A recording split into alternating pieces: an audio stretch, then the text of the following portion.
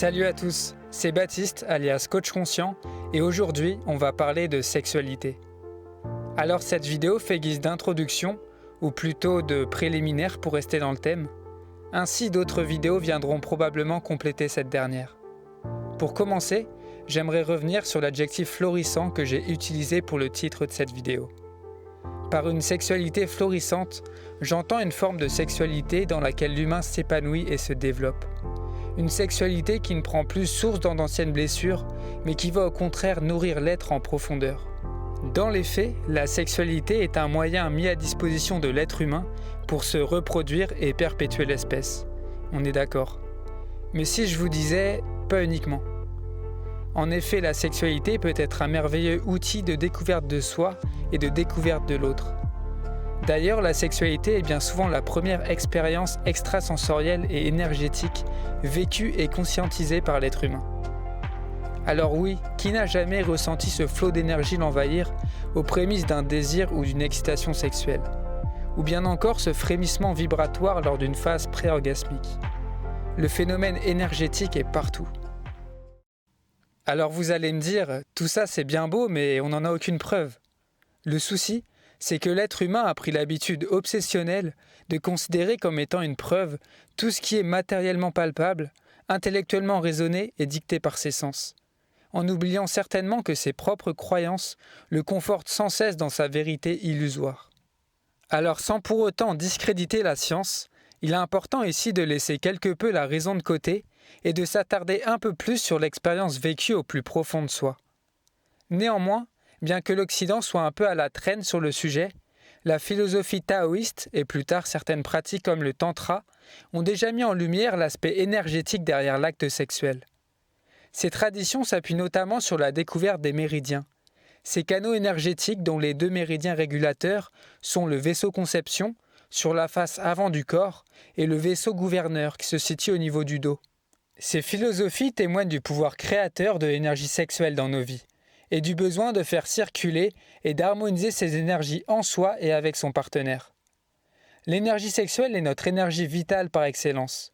Non canalisée, l'organisme se vide peu à peu de sa vitalité. Et pour les plus pragmatiques d'entre nous, qui ont besoin de s'appuyer sur un référentiel plus commun, des études scientifiques ont montré qu'une cuillère à soupe de sperme, désolé pour l'image, représente la valeur nutritionnelle de 2 beefsteaks, 10 œufs, 6 oranges et 2 citrons combinés.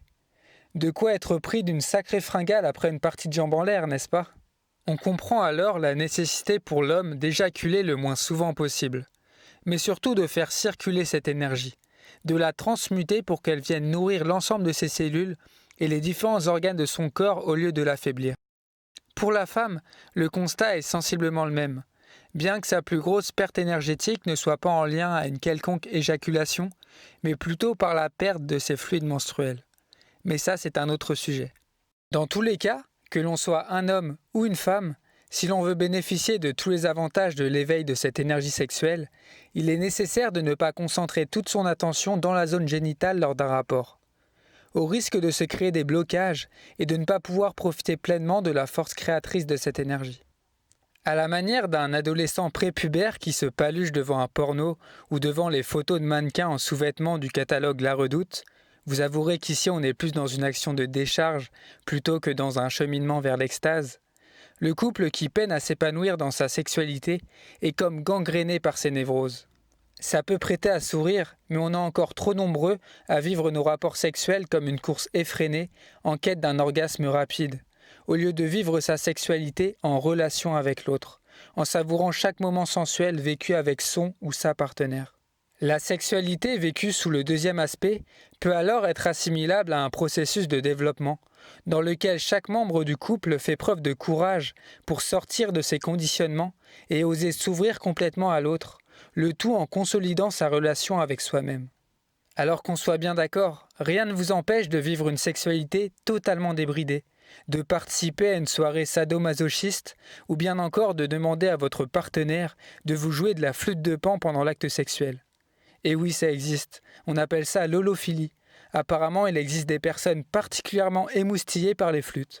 Bon, bien sûr, je caricature, mais tout ça pour vous dire qu'il n'existe pas une seule et unique façon de vivre sa sexualité.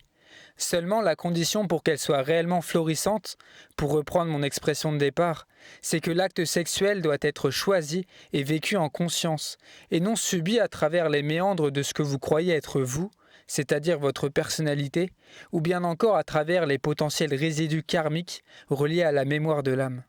En conclusion, ne vous privez pas de manger des cerises sous l'arbre, mais veillez dès à présent à le faire avec un tout autre niveau de conscience. Sur ce, n'hésitez pas à vous abonner si mon contenu vous intéresse. En plus, il a été prouvé que pour chaque vidéo coach conscient visionnée, votre énergie sexuelle se décuple considérablement. Bon allez, trêve de plaisanterie, je vous dis à bientôt et restez conscients.